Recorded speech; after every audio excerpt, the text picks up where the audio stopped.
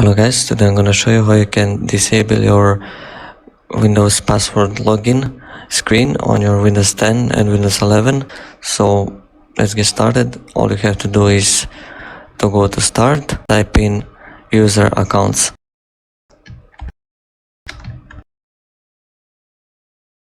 and click on this one, add, edit and remove other users.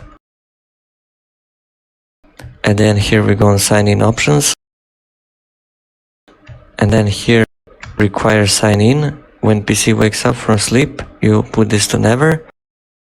And now again close and go to start again and type in net UEZ. So I'm gonna show you right now.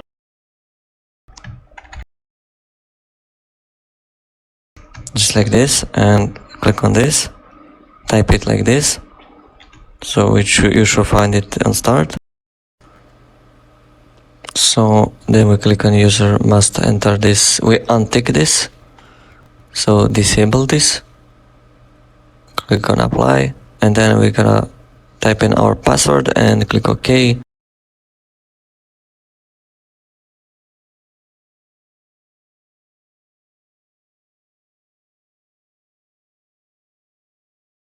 Click OK, and now you should be good to go, and there should be no more login passwords asked.